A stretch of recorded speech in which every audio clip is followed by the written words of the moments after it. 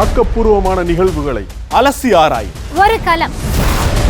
RDX திங்கள் முதல் சனிக்கிழமை வரை இரவு 7 மணிக்கு.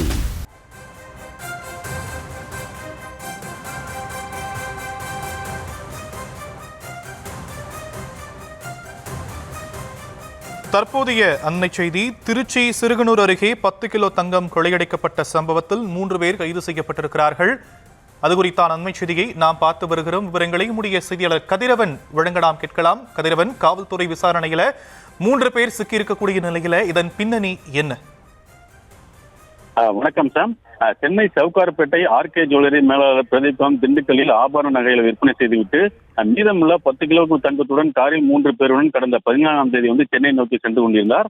இந்த நிலையில் 14ஆம் தேதி இரவு 10:30 மணி அளவில் திருச்சி மாவட்டம் சமயபுரத்தை கடந்து சிறுகனூர் செல்லும் முன்பாக SRM கல்லூரியை கடந்து திருச்சி சென்னை தேசிய நெடுஞ்சாலை கீழவங்கரம் பிரிவு ரோடு தாண்டி சிறிது தூரத்தில் காரில் இருந்தவர்கள் இயற்கை உபாதை கழிப்பதற்காக இறங்கியுள்ளனர்.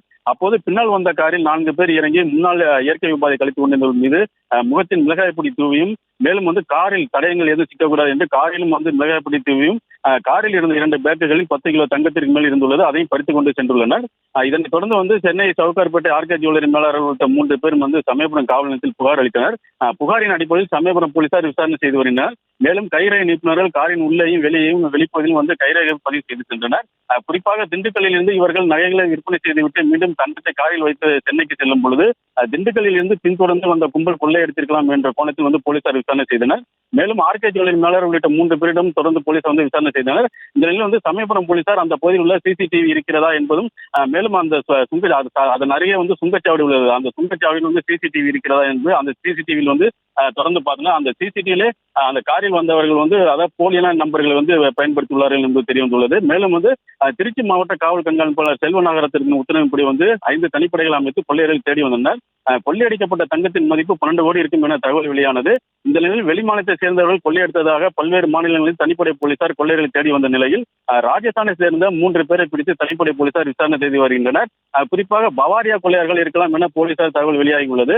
தீரன்பட பாணியில் கொள்ளையடித்த தங்கத்தை மற்றொரு கொள்ளையரிடம் கொடுத்து விடுகின்றனர். அவரை பிடித்து போலீசார் விசாரணை செய்ததால் அந்த கொள்ளையர் அடுத்த கொள்ளையிடம் தொடர்ந்து அதாவது கொடுத்ததாக கூறப்படுகிறது. இதனால் 3 பேரையும் தொடர்ந்து போலீசார் விசாரணை செய்து வருகின்றனர். 3 பேரை பிடித்து விசாரணை செய்ததில் அவர்களிடம் நகைகள் இல்லை எனவும் அவர்கள் வேறு யாரிடம் கொடுத்தால் என்பது குறித்தும் தொடர்ந்து போலீசார் தீவிர விசாரணையில் ஈடுபட்டு வருகின்றனர். சார், தற்போதைய விவரங்களுக்கு நன்றி கதிரவன். ஆக்கப்பூர்வமான நிகழ்வுகளை அலசி ஆராய் ஒரு களம். RDX திங்கள் முதல் சனிக்கிழமை வரை இரவு 7 மணிக்கு.